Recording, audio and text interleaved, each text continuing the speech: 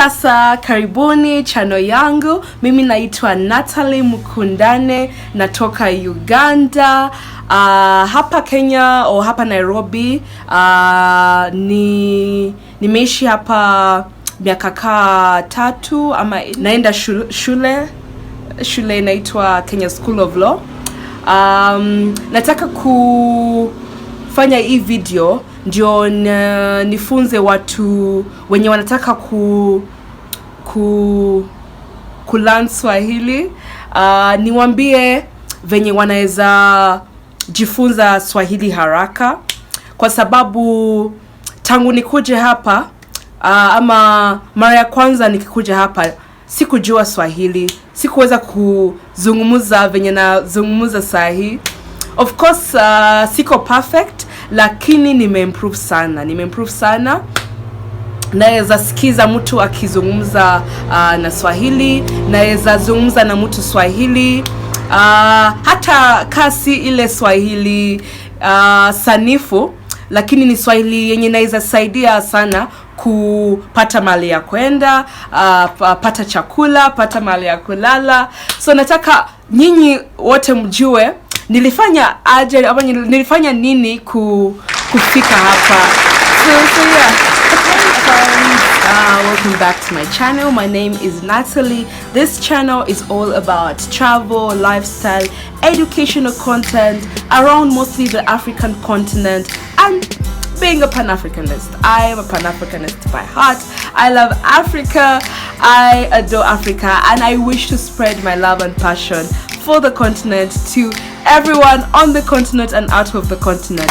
So this video is going to be about how I accelerated my learning of Swahili in Nairobi. Those who do not know or those who are new to this channel, I am Ugandan, born and raised. Ugandans don't speak Swahili, but Swahili is more or less the official language for East Africans. So I came to Kenya about 4 years ago, did not speak, couldn't have a basic conversation. Okay, I just didn't understand the Swahili language. I knew basic words like asante, which means thank you, twende, which means let's go, karibu, which means welcome, but I could not understand a conversation or even a sentence in Swahili.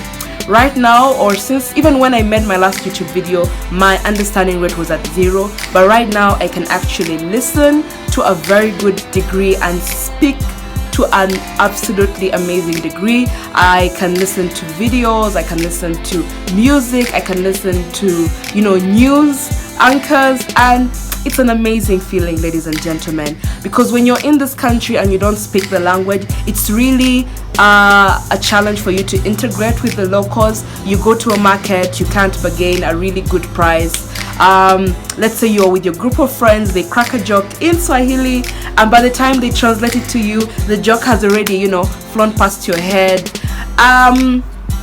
So yeah, it for someone who really wants to integrate into the country, the culture, they'll find it a bit of a challenge if they don't speak the language. So I would like to share with you my top tips in this video that helped me accelerate my learning journey from where I was then to where I am now. Okay, so tip number 1, you actually need to shut up and listen. Forgive me if I sound rude, but it is the reality. Most of us, when we get into the country, we're so obsessed with letting people know we're not from around, and anytime someone speaks Swahili, like, hey, excuse me, I'm not from around, I don't understand, so they switch back. Or anytime you're in an environment where people are speaking Swahili, your brain just shuts off. So I realized that is not the best way to integrate the language. You need to observe the things that are going around you. You need to observe the conversations. What are the common phrases? What are the common things people say in certain situations? Things like wewe, things like asante, things like kuja, those short phrases that are really catchy and are used often. You can only get those by actually shutting up and listening to the environment, listening to the conversations around you, just basically observing the people around you, what they do, how they react to certain scenarios. I remember when I first came, one of the first words I had it's an expression. It was guy, it was like an expression of shock. So I would hear so many people say it, and I never really got to know what it meant. But from observing the way people used it and when they used it, I knew, of course, it was an expression of shock, like guy. So it's until afterwards that I go to ask someone, and they say it actually means God. I've forgotten in which language, but it means God, and it's usually used to express shock. So you can only get to understand such phrases by shutting up and listening. Tip number 2, you need to change, your media content to Swahili. Not exactly change, but divert more to Swahili content. For example, I remember on social media, I started following Swahili comedians. I started listening more to Swahili songs. There are Swahili songs I really loved, but I did not understand the meaning. But every time I listened to the songs or I watched the comedians, I would notice a phrase or a word I've learned, and that would make me so happy. And every time, for example, a comedian put out a skit in Swahili and it didn't have subtitles, it would really make me feel bad. So sometimes I would look up the words, and then you find that even as you're going through social media leisurely, you're actually learning from the process. So do your best to look out for good Swahili songs that you can learn. Follow Swahili comedians on Facebook, Instagram. So every time you watch their skits, nowadays they're actually kind. They are some of the content creators put subtitles for their Swahili skits, but not all of them. So there will be some skits you find with subtitles, others you don't find with translation or subtitles. But that will just tune your brain to listen to more phrases, listen to how different people say funny things, or how different people say certain catchphrases, and that would also absolutely accelerate your learning speed. You need to be able to invest in learning. Friends, when I first came, just like some of you may be thinking now, I thought, okay, I'll just be in the country, then by osmosis the language will move from the people to myself. Let's just say that didn't work. For the first 2 years, I still was at zero. So what I realized is I really needed to, take another step and invest my money. They do say put your money where your mouth is. So I paid for some learning at Language School of Kenya. Unfortunately, due to my busy schedule, I only managed 3 weeks. But let me tell you, those 3 weeks revolutionized my learning, because what they did is they start with the basics. And the basics is how you can conjugate the tenses. For example, I had never really observed that, okay, all their tenses to be conjugated. I learned the concept of na, ta, and li. I knew that when I hear a word with na, that is present tense. When I hear a word with ta, the person is referring to future tense. And when I hear a word with li, the person is referring to past tense. So that, like a light bulb sort of clicked in my head. For example, let me give you an example. Cooking. Cooking is kupika, that is to cook. So if you hear someone saying ninapika, that is I am cooking. If you hear someone say nitapika, that is I will cook. If you hear someone say nilipika, that is I cooked. Let's use another example. Let's say sleeping. Ninalala, I am sleeping. Nitalala, I will sleep. Nililala, I slept. What other example? Playing. Ninacheza, I am playing. Nitacheza, I will play. Nilicheza, I played. So that made life so simple. That meant all I needed to do was memorize a list of verbs, and then if I knew the verb, I automatically could figure out how to conjugate it. So friends, that is going to be a worthy investment if you're really interested in learning the language. If you're unable to do classes, there are those simple basic Swahili English to Swahili books that will teach you the verbs. But I find going to school is faster, because if you have a question, you can get to ask the teacher. And nowadays, I mean, most language schools do online teaching, so it's even flexible for those that are not maybe within Nairobi, or those that cannot travel. So that will now I think need to learn English instead. But anyway, that will accelerate your learning of the language. Surround yourself with people who will actually add value to your learning journey.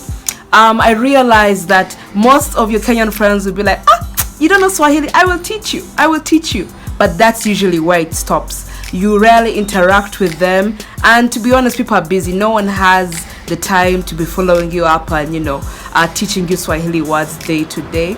But I found that if you make a group of friends who speak Swahili and are very positive in your learning, rather are very positive to your learning journey, you find that these people, whenever you make a mistake, they won't laugh at you. They'll just genuinely correct you and then tell you the right thing to say.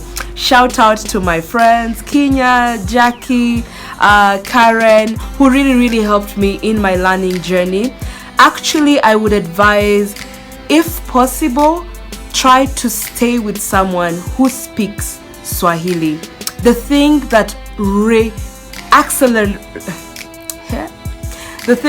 accelerated my learning journey is when I stayed with my friend called Karen from Mombasa. She stayed with me for about 5 months. It was not even intentional. It's not like she came to stay with me for purposes of teaching me. But I found that when she stayed with me, she would, tell me stories in Swahili, would have conversations. To her, she would talk to me like I understood. And because of that constant interaction and the fact that anytime I had something or I didn't understand, something, I had someone, just next door I could ask, oh, what does this mean? Then she would tell me what it means, give me examples and give me context, and then even use it in conversations. So that also accelerated my learning speed so fast. Right now she's free, so maybe I can share her number for some of you who want her to come stay with you and teach you Swahili. I will ask her rates and then I'll get back to you guys. But thank you so much, Karen. You really accelerated my learning journey. And then also my other friends who were not afraid to correct me when I am wrong, and would not laugh but instead applaud my progress. Every time I would be there, be like, okay, you've actually improved, but this is not how we say this, we actually say this. Or whenever I say something that means something else, they wouldn't laugh. Okay, they would laugh, but not in a mocking way, in like a jokeful kind of way that wouldn't make me feel bad. So I had a good group of friends that were really valuable to my learning journey. So yeah, the last and final but yet most important tip is, ladies and gentlemen, don't be afraid. I know it's difficult, especially being in I know it's difficult being an adult learning a new language. We're so used to being perfect in the language that we are in. So making mistakes is not fun, especially as an adult, saying something and being laughed at. I remember there was a day I was with a new group of people, not my actual set of friends, and then I said a particular word. They all burst out in laughter. That wouldn't have been an issue. I mean, I understand mistakes happen, but they burst out in laughter, and then they didn't even bother to correct me and say, oh, okay, this is how you said it, but it should have been said this way. So I felt bad, and after that it kind of like demoralized my confidence in speaking. But after a while I shook it off. I'm like, you know what, it doesn't matter, I will speak the language. Even if I'm mad at it, even if I make mistakes, I will speak by force. So anytime I was with my friends and even one of them said, no, we have someone who doesn't speak Swahili amongst us, I'm like, no, you guys go ahead. And then I'll try and join in their conversations. They would laugh, I would laugh with them. I'll be like, okay, how am I supposed to say it? Then they'd tell me the right thing. We would go on. I would go ahead and speak by force. Matter the conversation. They would laugh.